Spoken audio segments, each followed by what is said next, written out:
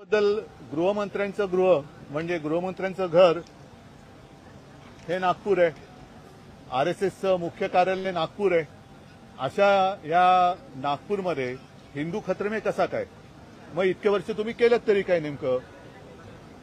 मग पूर्वनियोजित असेल तर तुमचं गृह खातं झोपा काढत होतं का? हा पूर्वनियोजित कट तुमच्या कानावर आला का नाही? केलं का? या सगळ्या एका प्रश्नामध्ये अनेक प्रश्न दडलेले आहेत. जसं अधिवेशन सुरू आहे, अधिवेशनामध्ये राज्याचे जनतेचे प्रामुख्याने प्रश्न सोडवले गेले पाहिजे, मांडले गेले पाहिजे. मात्र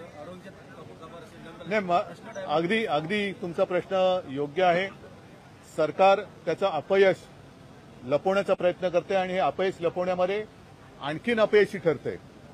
मला भारतीय जनता पक्षाला एक प्रश्न विचारायचा आहे की तुमचं हिंदुत्व आम्ही पाहिलेलं आहे, हे हिंदुत्वाचं ढोंग आम्ही पाहिलेलं आहे. तुम्हाला जर का एवढा हिरव्या रंगावरती राग असेल तर पहिल्या प्रथम तुम्ही तुमच्या झेंड्यावरचा हिरवा रंग काढून दाखवा. भारतीय जनता पक्षाने पहिले ते करावं आणि मग हिंदू मुस्लिम करावं. कारण एका बाजूला हिंदुस्थान पाकिस्तान करायचं आणि पाकिस्तान सोबत मॅच खेळायची, ती मॅच दुबईत करायची आणि त्या मॅचला यांची पोरं टोरं जाऊन ती मॅच बघणार. म्हणजे मंत्र्यांची पोरं, अमित शहाचा मुलगा हा मॅच आयोजित करणार. इकडे साध्या मुलांना, गरीबाच्या मुलांना हिंदुस्थान पाकिस्तान करून लढवायचं आणि तिकडे दुबईत जाऊन मॅच बघायची. हे हिंदुत्व कोणतं? बांगलादेशमध्ये हिंदूंवरती अत्याचार होत आहेत ही माहिती आल्यानंतर एक तर तुम्ही त्या शेख हसीनानं इकडे सहारा दिला, त्या नक्की कुठे कल्पना नाही, पण त्याच बांगलादेशबरोबर क्रिकेट मॅच खेळायची.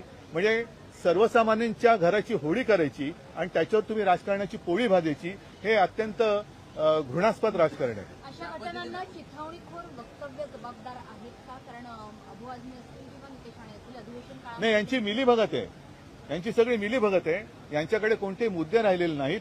परत एकदा सांगतो, औरंगजेबाचं समर्थन कोणी शिवप्रेमी करणार नाही, आम्ही पण करत नाही, करूच शकत नाही. पण हा विषय काढण्यापूर्वी ज्या हतबलतेने आज मुख्यमंत्री म्हणालेत की त्या कबरीचं आम्हाला रक्षण करावं लागतंय, जा ना मोदींकडे जा आणि तुम्ही ते रक्षण तुम्ही करताय हे सांगितलं, त्याच्याबद्दल मी मुख्यमंत्र्यांना धन्यवाद देतो. मग औरंगजेब तुमचा लागतो कोण हे उत्तरही मुख्यमंत्र्यांनी द्यावं.